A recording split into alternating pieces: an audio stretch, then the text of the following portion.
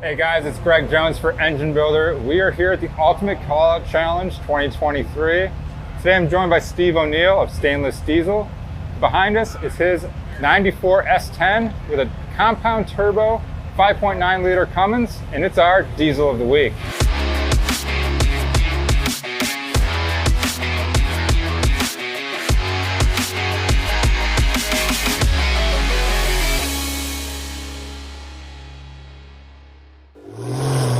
Engine Builder's Diesel of the Week is sponsored by AMSOIL, the first in synthetics.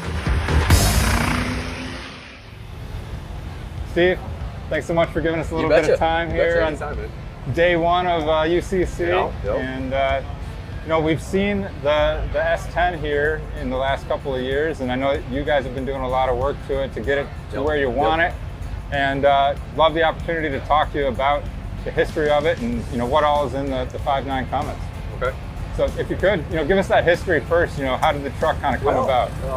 Gosh, I think it's been probably 4 or 5 years now. We kind of like took a bunch of leftover parts that we had, and Johnny Gilbert from Stainless acquired kind of like a rolling chassis that didn't have anything in it. Yeah.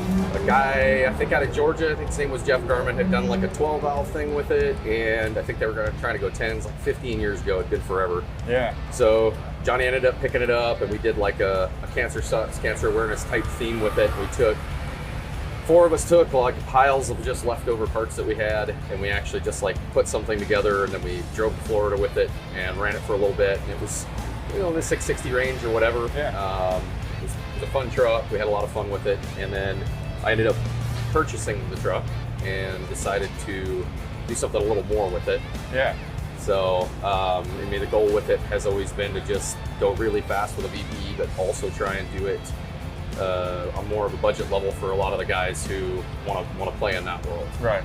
So, I mean, obviously things could be a lot more tight-knit with the truck, but I wanted to keep it like user-friendly for the guys who say they're going to do it out of their garage or they're going to do it in their driveway or whatever. Sure. There's obviously aspects you can't 100% do in your driveway, but get enough people to help you, you can accomplish anything. So.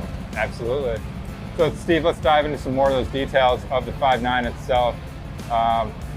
Obviously you got the compound turbos. Let's start there. Okay. What are the turbos? Manifold charger is a 5-blade 369. It's a GT42 base turbine, like 75 millimeter turbine. Okay.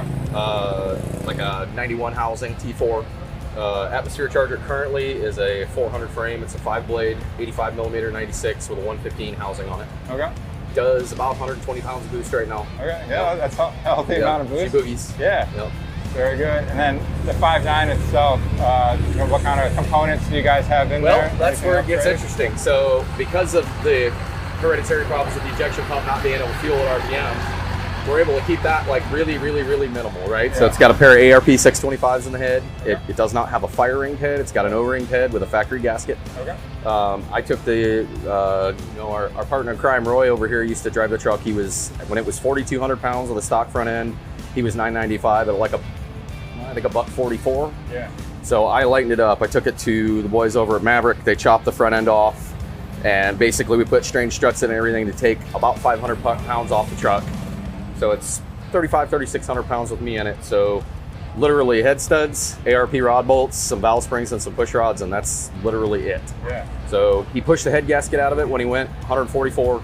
I took it apart and literally put stock rings back in it from Cummins, bearings, just kind of refreshed it. There was a lot of things I probably should have done different, but we may go to a 6-7 liter base engine with this. Gotcha. So I didn't want to put $1 million of machine work into something that we might change or outgrow. So we decided to leave it with this, and if it makes it all year, it'll be something else because it's extremely minimal. Yeah. And once again, that also, the average guy could probably do this with an engine stand. So, yeah.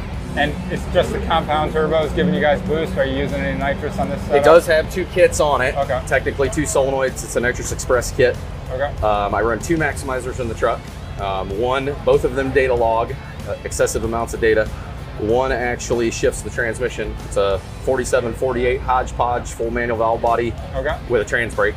It's got a gear end valve body in it. I built the transmission myself. Nice. Okay. It's 2-wheel drive version, and it is a stock output for all the guys, so they know that. But ultimately, like, it's bare minimum for what I think we should be able to do. So, yeah. One maximizer shifts the trans. and also does a bunch of data logging. And we're able to actually look at a number of different items that get really hard at this level without an expensive data logger. Yeah. RPM drop at the shift, boost drives at the shift, a number of different things. So I think we're gonna come to the limitations of the injection pump and the speed that will produce before we will come to limitations of the data, I think. Yeah. So yeah, free passes this year, I've been 640 at about 117, 60 foot. The truck is just not working with us there. So I don't know. Yeah. And what are you guys hoping, this weekend at UCC? If I can get a 590 in the 590 class out of this truck, it will make my weekend. Yeah. It will make my year. Fastest quarter mile pass in a VP was Roy's. It was a 995, about 144. I went 982 at 140 a few weeks ago. So the quarter mile stuff, it's definitely fast. It's light. Yeah. 8th mile, if we can get the thing to 60 foot, it should go 590 all day, Yeah. and that would be. My man Chris Parker holds that record right now, I think, of 591, and forgive me, I don't remember the mile an hour, but I'd really like to get up there with him. Yeah. He's the man. Awesome. So, yeah. Awesome. Steve, any other details about the 5.9 or just anything else in the truck that you want to shout out? Off the top of my head, no. All right. Now, I don't want to ignore the cancer aspect of the truck. Okay. Because obviously that's really important to a lot of people out there. Well, you want to talk a little bit about the reason behind it? I think that when the conception of the truck originally came to be, Johnny wanted to kind of put his wife Amy in the driver's seat, and her mom was directly affected by cancer. Yeah. I know Johnny's dad was, so it seemed like a really good fit. Years ago, we had my man Don, Big Don, was announcing. He was loved by everybody.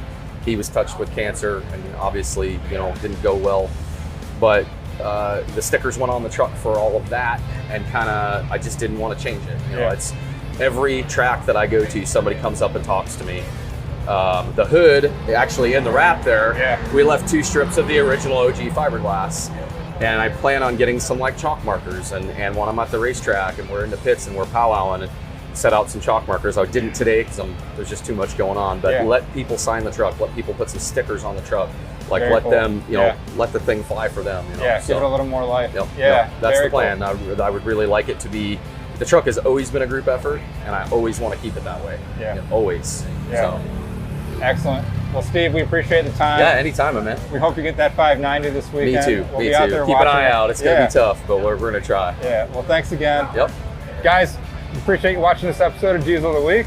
Make sure you're checking out Stainless Diesel and everything that they got going on. And of course, make sure you're checking out EngineBuilderMag.com for more great engine and diesel content. We'll see you guys next time.